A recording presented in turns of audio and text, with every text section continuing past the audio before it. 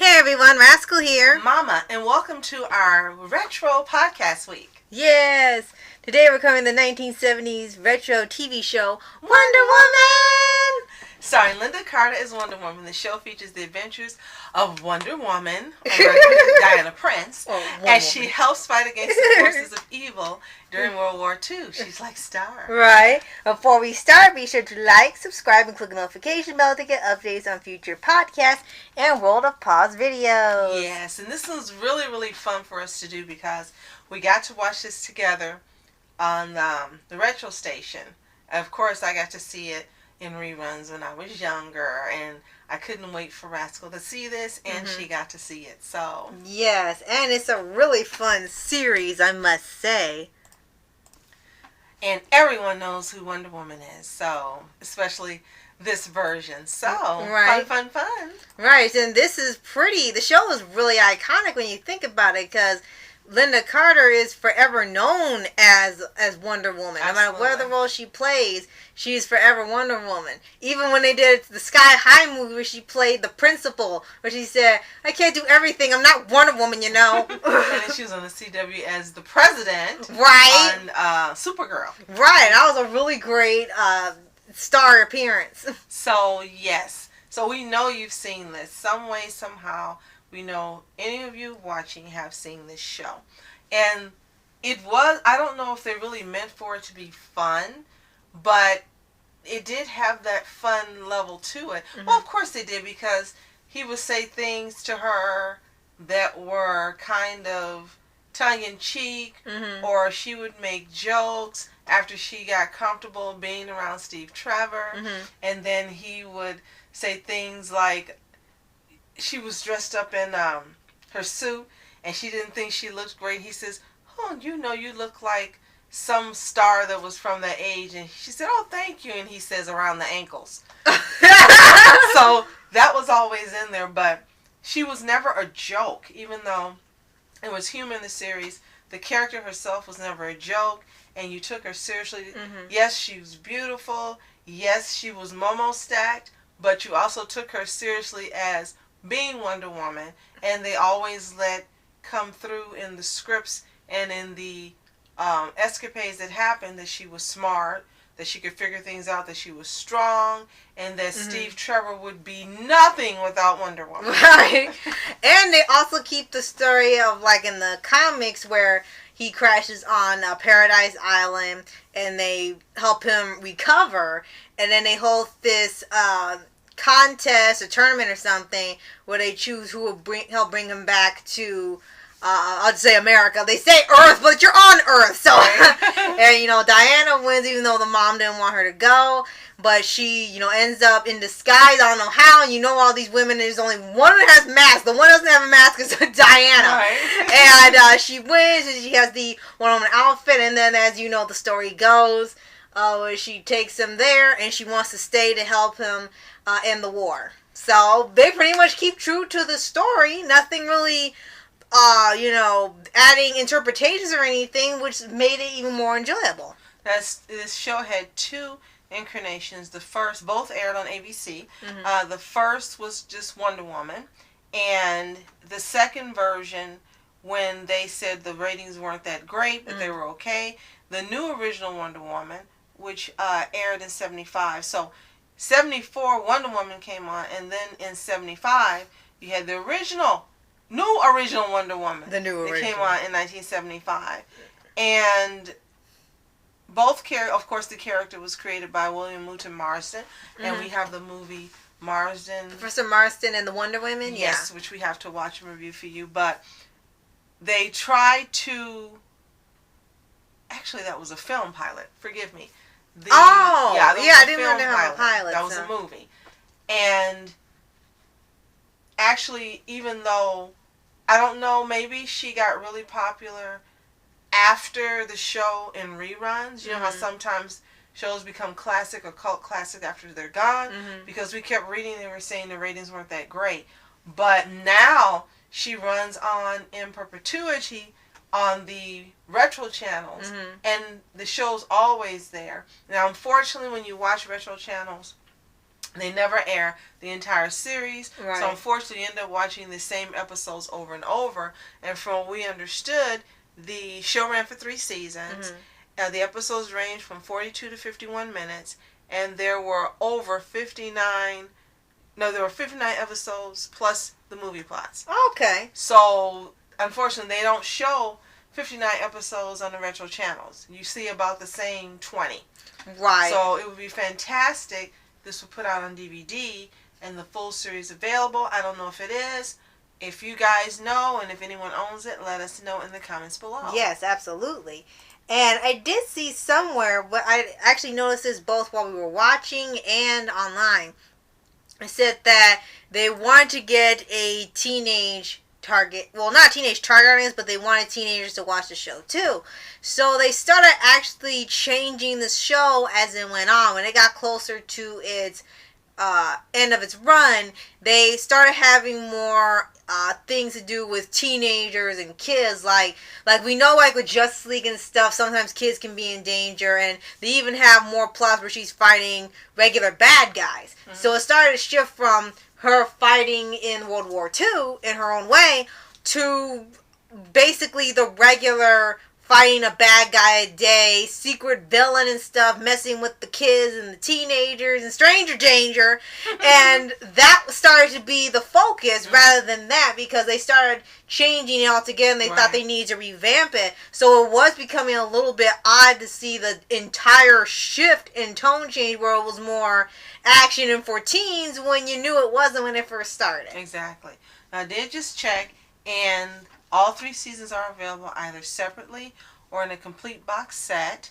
And also, the pilot episode of this show has a bonus feature on the Blu-ray release of Justice League Crisis on Two Earths, which is also pretty cool. So yes, this is available. So we can actually purchase the complete collection and get to see all 60 episodes and not the same 20 over and over. Right. Woo! Yes. So, let us know what your favorite part of the show was. Was it Wonder Woman? Was it Steve Trevor, who we're going to get to in a minute?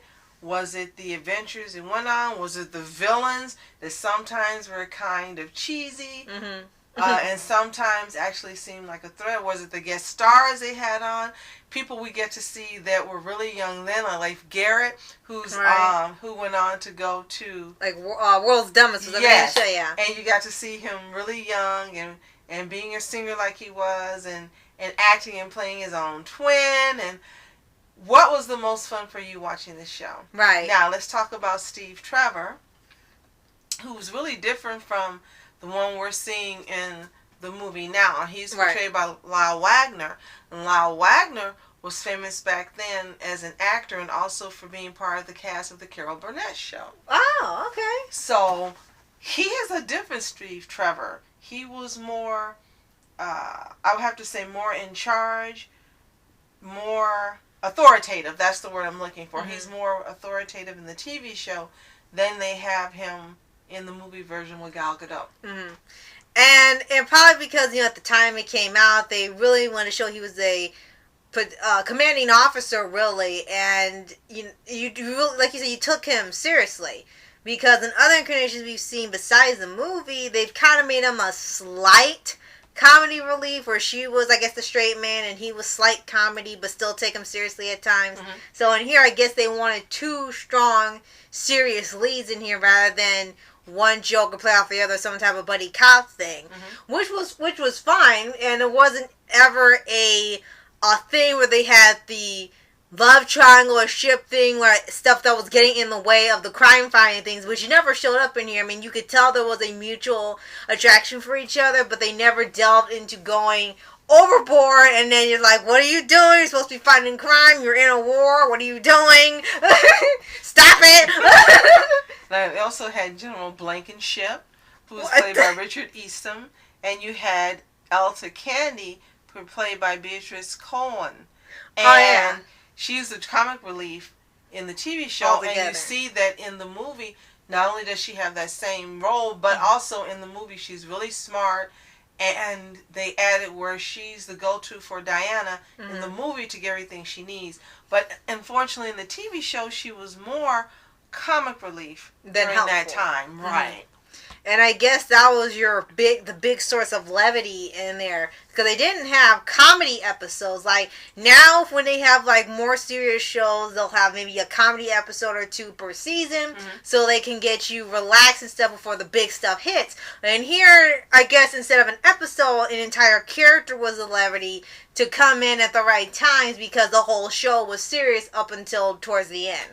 And you also had Deborah Winger appear as Drusilla / Wonder Girl, her sister who didn't do a darn thing she told her to do, and she acted like a normal teenager. Well, I guess it fit. That was one of the most iconic episodes where, of course, they were running next to each other in their outfits going to get the bad guys. Right. So that was one of those girl power moments before we had girl power. Oh, and you definitely can't forget that the iconic spin Diana does to turn into Wonder Woman. Yes. Which everyone wants to use that now. Yes. Still, all these years later, it is absolutely fantastic when you see it, and they also even use it in Justice League. Yes, and they even had the little semblance of the original theme playing in the background going, do-do-do-do.